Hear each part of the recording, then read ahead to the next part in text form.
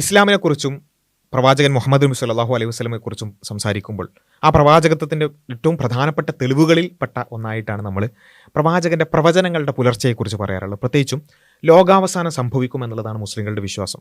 ഒരു ലോകത്തിൻ്റെ ഒരു അവസാനമുണ്ട് എന്നുള്ളത്.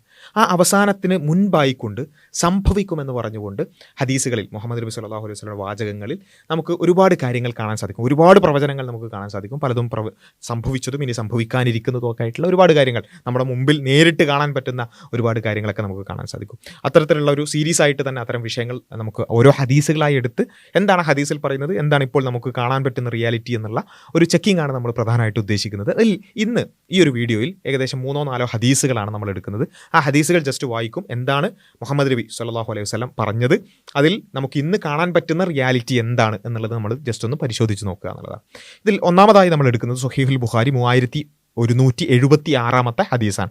നമുക്ക് അത് വളരെ സിമ്പിളായി നെറ്റിൽ അടിച്ചു നോക്കിയാൽ ഇപ്പോൾ തന്നെ നിങ്ങൾക്ക് കാണാൻ പറ്റുന്നൊരു ഹദീസാണ്. ആ ഹദീസിൽ മുഹമ്മദ് നബി സല്ലല്ലാഹു അലൈഹി വസല്ലം ലോകാവസാനത്തിന് മുമ്പ് സംഭവിക്കുന്ന 6 കാര്യങ്ങളെ എണ്ണമിട്ടുകൊണ്ട് പറയുകയാണ്. 6 കാര്യങ്ങൾ സംഭവിക്കാതെ ലോകാവസാനം സംഭവിക്കില്ല എന്നുള്ളതാണ്. അപ്പോൾ ഇതിൽ ഇത് ഓരോന്നായിട്ട് നമ്മൾ എടുത്തു നോക്കുകയാണ്. ഒന്നാമത്തെ കാര്യമായിട്ട് പറഞ്ഞിട്ടുള്ളത് മൗത്തി, എൻ്റെ മരണം എന്നുള്ളതാണ്. അതായത് മുഹമ്മദ് നബി സല്ലല്ലാഹു അലൈഹി വസല്ലമയുടെ മരണം സംഭവിക്കാതെ ലോകാവസാനം സംഭവിക്കില്ല. അത് നമുക്കറിയാം.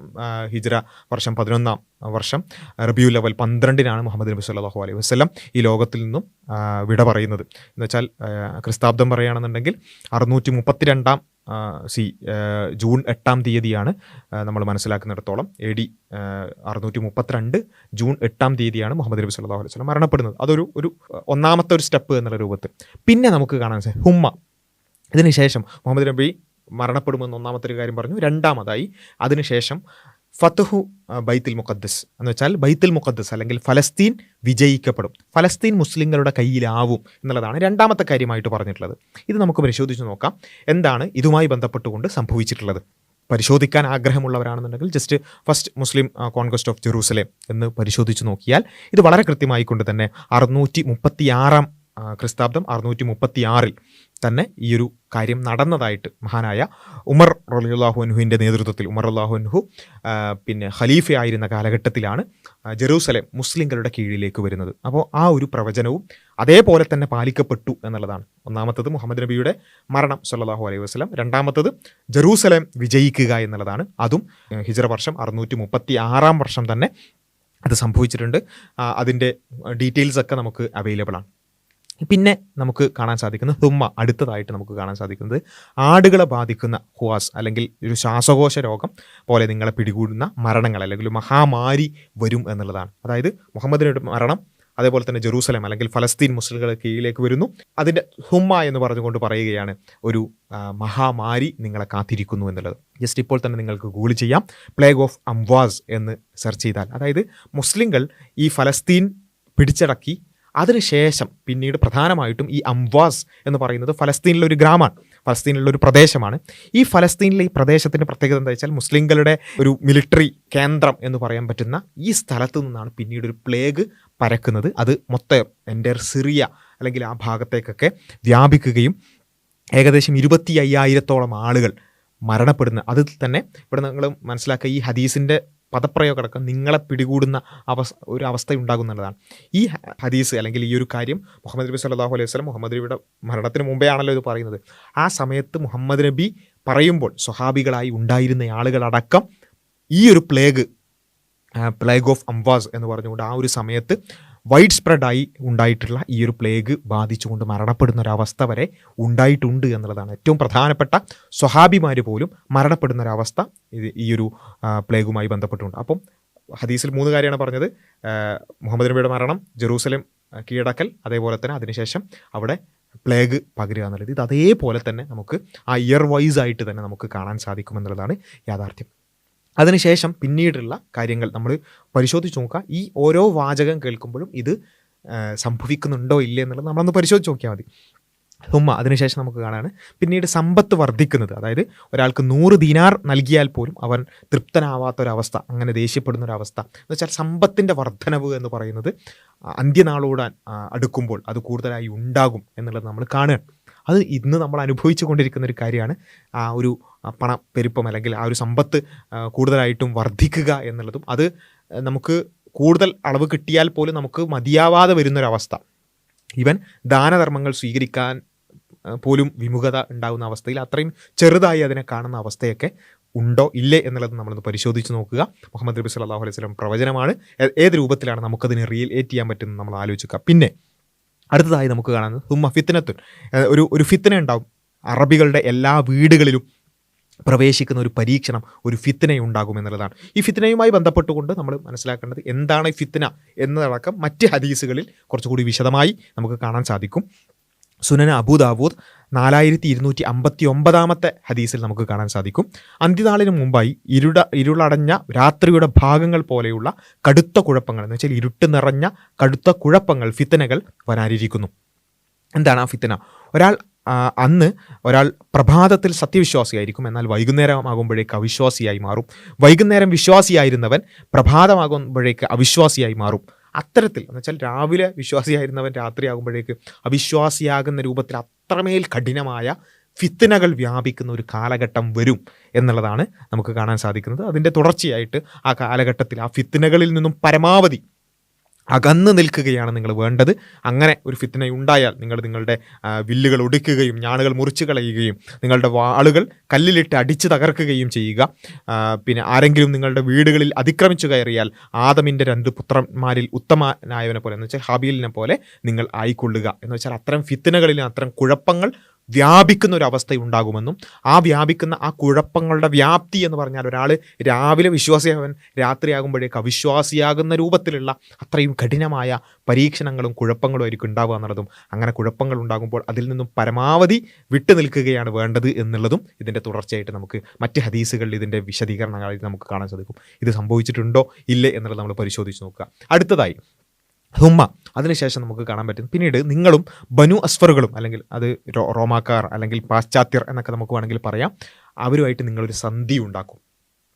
മുസ്ലിങ്ങളും പാശ്ചാത്യരുമായി സന്ധി ഉണ്ടാക്കും. നമ്മൾ മനസ്സിലാക്കേണ്ടത് മുഹമ്മദ് നബി സല്ലല്ലാഹു അലൈഹി വസല്ലമയുടെ വഫാത്തിന് ശേഷം പിന്നീടുണ്ടായ ഒരു റിയാലിറ്റി എന്താണ് നമ്മൾ മനസ്സിലാക്കേണ്ടതുണ്ട്. ഈ പാശ്ചാത്യർ അവർ കുരിശുദ്ധവുമായി വന്നുകൊണ്ട് മുസ്ലിം നാടുകളിൽ രക്തപ്പുഴ ഒഴുക്കുന്ന രൂപത്തിൽ അത്രമേൽ കഠിനമായ ശത്രുത ഈ കുരിശുദ്ധക്കാർ ഉണ്ടാക്കുകയും അത്ര വലിയ പ്രശ്നങ്ങൾ ഉണ്ടാക്കുകയും 8ഉം 9ഉം അല്ലേ അതിനേക്കാൾ കൂടുതലും ഒക്കെ നമുക്ക് എണ്ണാൻ പറ്റുന്ന രൂപത്തിൽ കുരിശുയുദ്ധങ്ങൾ നടക്കുകയും ആ പോപ്പിൻ്റെ ഔദ്യോഗികമായ പ്രഖ്യാപനത്തോടു കൂടി തന്നെ മുസ്ലിങ്ങളെ ഇല്ലാതാക്കാൻ വേണ്ടി മുസ്ലിം നാടുകളിലേക്ക് അതിക്രമിച്ച് കയറുകയൊക്കെ ചെയ്ത സംഭവമൊക്കെ നമുക്ക് കാണാൻ സാധിക്കും. എന്നാൽ അതിനുശേഷം പാശ്ചാത്യരുമായി മുസ്ലിങ്ങൾ അല്ലെങ്കിൽ റോമാക്കാരുമായി മുസ്ലിങ്ങൾ ഒരുമിച്ച് പോകുന്ന അല്ലെങ്കിൽ സന്ധി ചെയ്യുന്ന ഒരു കാലഘട്ടം ഉണ്ടാകുമെന്നുള്ളതൊരു ഒരു പ്രവചനമാണ്. ആ പ്രവചനം നമുക്ക് ഇന്ന് യഥാർത്ഥത്തിൽ നേരിട്ട് കാണാൻ പറ്റുന്നൊരു കാര്യമാണ്.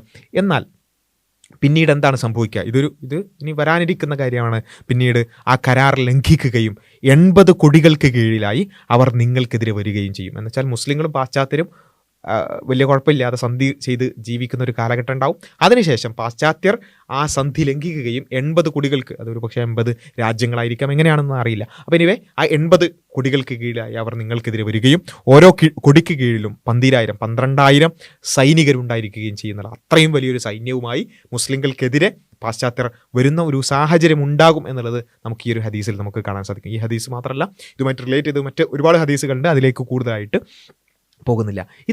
ഈ ഹദീസിൽ പറഞ്ഞ 6 കാര്യങ്ങൾ, അതിൽ ആദ്യത്തെ 3 നേരത്തെ സംഭവിച്ചു കഴിഞ്ഞ കാര്യങ്ങളാണ്. പിന്നീടുള്ള 3 കാര്യങ്ങളും എത്രത്തോളമാണ് നമുക്ക് റിലേറ്റ് ചെയ്യാൻ പറ്റുന്നത് നമ്മൾ ആലോചിച്ച് നോക്കുക. ഇനി ഇതുമായി ബന്ധപ്പെട്ടുകൊണ്ട് തന്നെ അന്ത്യനാളിനോട് ബന്ധിപ്പിച്ചുകൊണ്ട് പ്രവാചകൻ സല്ലല്ലാഹു അലൈഹി വസല്ലം പറഞ്ഞ അനേക ഹദീസുകളുണ്ട്. അതിൽ ചില കാര്യങ്ങൾ കൂടി ജസ്റ്റ് ഒന്ന് സൂചിപ്പിക്കുകയാണ്. ഒന്നാമത്തെ ഒരു കാര്യം സഹീഹുൽ ബുഖാരി 3609 ഹദീസാണ്. 2 വലിയ വിഭാഗങ്ങൾ തമ്മിൽ ഒരു സായുധ പോരാട്ടം ഉണ്ടാകുന്നത് വരെ അന്ത്യനാൾ സംഭവിക്കില്ല. അന്ത്യനാൾ സംഭവിക്കുന്നതിന് മുമ്പ് 2 വലിയ വിഭാഗങ്ങൾ തമ്മിൽ ഒരു യുദ്ധം നടക്കും. എന്താണ് ആ യുദ്ധത്തിൻ്റെ പ്രത്യേകത എന്ന് മനസ്സിലാക്കണേ. അവർക്കിടയിൽ വലിയൊരു യുദ്ധം നടക്കും. പക്ഷേ എന്നാൽ ആ 2 കൂട്ടരുടെയും വാദം ഒന്നായിരിക്കും. ഒരേ വാദമുള്ള, ഒരേ വിശ്വാസമുള്ള 2 കൂട്ടർ തമ്മിൽ പരസ്പരം യുദ്ധം നടക്കും. ഏകദേശം 30ഓളം വരുന്ന ദജ്ജാലുകൾ പുറപ്പെടുന്നത് വരെ അന്ത്യനാൾ സംഭവിക്കുകയില്ല. അവരെല്ലാവരും അള്ളാഹുവിൻ്റെ റസൂലാണെന്ന് അവകാശപ്പെടും. പ്രവാചകത്വം വാദിച്ചുകൊണ്ട് ഒരുപാട് ആളുകൾ വരും. അത് രണ്ടാമത്തെ ഒരു കാര്യമാണ്, നമുക്കത് ചർച്ച ചെയ്യാം. ഇനി ഈ പറഞ്ഞ പിന്നെ ഈ ഒരു യുദ്ധം ഏതാണ്? നിങ്ങൾ ജസ്റ്റ് ഇപ്പോൾ തന്നെ നിങ്ങൾക്ക് പിന്നെ ഗൂഗിളിൽ അടിച്ചു നോക്കാം, അല്ലെങ്കിൽ വിക്കിപീഡിയയിൽ നോക്കാം. Battle of Siffin. Battle of Siffin എന്ന് നമുക്കറിയാം. അലി റളിയല്ലാഹു അൻഹുവും കൂട്ടരും അതേപോലെ തന്നെ മുആവിയ റളിയല്ലാഹു അൻഹുവും കൂട്ടരും, രണ്ടുപേരും മുഹമ്മദ് നബി സല്ലല്ലാഹു അലൈഹി വസല്ലമയുടെ വാചകം എന്ന് ആലോചിക്കുക. രണ്ടുപേരും ഒരേ വാദക്കാരായിരിക്കും, ഒരേ വിശ്വാസക്കാരായിരിക്കും. മുസ്ലിങ്ങളായ വിശ്വാസപരമായ യാതൊരു വ്യത്യാസവും ഇല്ലാത്ത രണ്ട് കൂട്ടർ തമ്മിൽ യുദ്ധം ചെയ്യുന്നൊരവസ്ഥയുണ്ടാകും എന്നുള്ളത് റസൂലുള്ളാഹി സ്വല്ലല്ലാഹു അലൈഹി വസല്ലം പ്രവചിക്കുന്നു. അത് അതേപോലെ തന്നെ നമുക്ക് സംഭവിക്കുന്ന 657 പിന്നെ ക്രിസ്താബ്ദം 657 വർഷമാണ് ഇത് സംഭവിച്ചതായിട്ട് നമുക്ക് കാണാൻ സാധിക്കുക. അതിൻ്റെ ചരിത്രം നമുക്കെല്ലാവർക്കും അറിയാവുന്നൊരു കാര്യമാണ്. അങ്ങനെ ഒരു യുദ്ധം സംഭവിച്ചു. ഇനി ഈ യുദ്ധം സംഭവിച്ചതിന് ശേഷം പിന്നീട് എന്താണ് സംഭവിച്ചത്? യുദ്ധത്തിന് ശേഷം അലി റളിയല്ലാഹു അൻഹു കൂട്ടരും കൂഫയിലേക്ക് മടങ്ങുകയാണ്. ഈ കൂഫയിലേക്ക് മടങ്ങുന്നതിൻ്റെ ഇടയിൽ സംഭവിക്കുന്ന ചില പ്രശ്നങ്ങളുണ്ട്. അതാണ് അദ്ദേഹത്തിൻ്റെ കൂടെ ഉണ്ടായിരുന്ന അലി റളിയല്ലാഹു അൻഹുവിൻ്റെ കൂടെ ഉണ്ടായിരുന്നവരിൽ ചിലർ തഹ്കീമിൻ്റെ വിഷയത്തിൽ, ഹാക്കിമിയത്ത്, ആർക്കാണ് വിധി പ്രസ്താവിക്കാൻ അർഹതയുള്ളത് എന്ന വിഷയവുമായി ബന്ധപ്പെട്ടുകൊണ്ട് അദ്ദേഹത്തോട് തെറ്റിപ്പിരിഞ്ഞുകൊണ്ട് ഹറൂറ എന്ന് പറയുന്നൊരു പ്രദേശത്തേക്ക് ഉൾവലിയാണ്. അവരെ ഹറൂറികൾ അല്ലെങ്കിൽ ഹവാരിജികൾ എന്നൊക്കെ നമ്മൾ വിളിക്കുന്ന അത്തരത്തിലൊരു കൂട്ടരുണ്ടാവുകയാണ്. അവരുടെ പ്രധാന വാദം എന്ന് പറഞ്ഞാൽ വൻപാപങ്ങൾ ചെയ്തവരെ കാഫിറാക്കുക. ഒരാൾ വൻപാപം ചെയ്താൽ ഒരു വിശ്വാസിയുടെ അല്ലെങ്കിൽ യഥാർത്ഥ ഇസ്ലാം പറയുന്നത് വെച്ചാൽ വൻപാപം എന്ന് പറയുന്നത് വലിയ പാപമാണ്, അത്രമേൽ ഗൗരവകരമായ പാപമാണ്. പക്ഷേ വൻപാപം ചെയ്തു എന്നുള്ളത് കൊണ്ട് ഒരാൾ എന്തായില്ല, കാഫിറാകില്ല.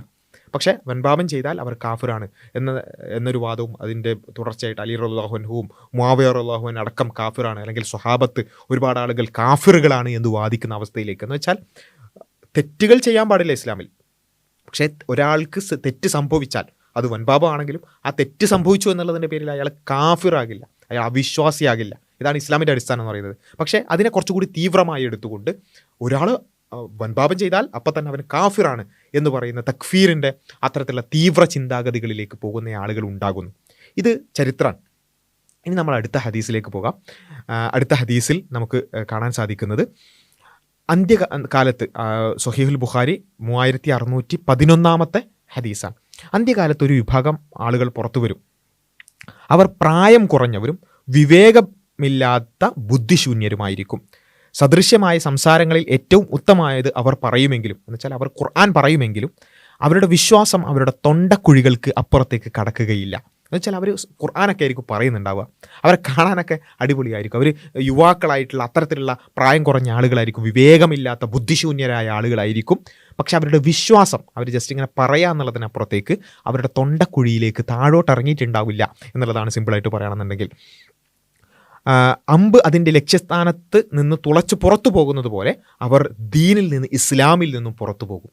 ഇങ്ങനെയുള്ള ഒരു കൂട്ടം യുവാക്കൾ ഉണ്ടാകും. ഇതാണ് യഥാർത്ഥത്തിൽ ഈ ഹവാരിജികളുമായി ബന്ധപ്പെട്ടുകൊണ്ട് നമുക്ക് കാണാൻ യഥാർത്ഥത്തിൽ ഈ ആളുകൾ അലി റളിയല്ലാഹു അൻഹുവുമായി തെറ്റിപ്പിരിഞ്ഞ് ഈ ആളുകൾ പോകുമ്പോൾ അവർ യഥാർത്ഥത്തിൽ ഓതിയത് ഖുർആനായിരുന്നു.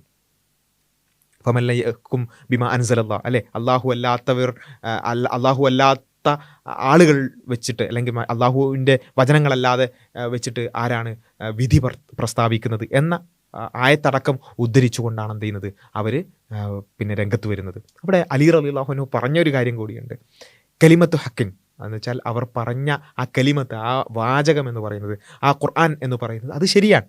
യുരീദു ബിഹൽ ബാത്തുൽ, അവർ പക്ഷേ അതിൽ കൊണ്ട് ഉദ്ദേശിച്ചത് തെറ്റായ ഒരു കാര്യമാണ്. ശരിയായ ഒരു വാക്യം ഉദ്ധരിക്കുകയും തെറ്റായ കാര്യം ദുർവ്യാഖ്യാനിക്കുകയും ചെയ്യുകയാണ് ഇവർ. അതാണ് യഥാർത്ഥത്തിൽ ഈ സംഭവിക്കുന്നതിന് എത്രയോ മുമ്പ് മുഹമ്മദ് നബി സല്ലല്ലാഹു അലൈഹി വസല്ലം പ്രവചിക്കുകയാണ് ഇങ്ങനൊരു കൂട്ടർ വരും. യഥാർത്ഥത്തിൽ ഇന്ന് നമ്മൾ ലോകത്ത് കാണുന്ന ഒരുപാട് തീവ്ര ചിന്താഗതിക്കാർ, തീവ്ര സംഘങ്ങൾ, IS പോലെയുള്ള ആളുകൾ, ഇന്നത്തെ മുസ്ലിം പണ്ഡിതന്മാർ ഏകദേശം ഏകകണ്ഠേന എന്ന പറയാണ് IS പോലെയുള്ള സംഘടനകൾ, അവർ ഹവാരിജികളാണ് എന്ന് പറയാൻ കാരണം എന്താ? ഈ ഹവാരിജി ഐഡിയോളജിയാണ് അവർക്കുള്ളത്. അവർ ഖുർആൻ അവർക്ക് വേണ്ടി അവരുടേതായ താല്പര്യങ്ങൾക്ക് വേണ്ടി ഉദ്ധരിക്കുന്നുണ്ട്. ഇതാണ് അവസ്ഥ. അവർ കലിമത്ത് ഹക്കിൻ എന്ന് വെച്ചാൽ അവർ പറയുന്ന വാചകം ശരിയാണ്, ഖുർആനാണ് ഉദ്ധരിക്കുന്നത്. യുരീദു ബിഹൽ ബാത്തുൽ, അവർ ഉദ്ദേശിക്കുന്നത് തിന്മയാണ്, ഉദ്ദേശിക്കുന്നത് ദുർവ്യാഖ്യാനാണ്.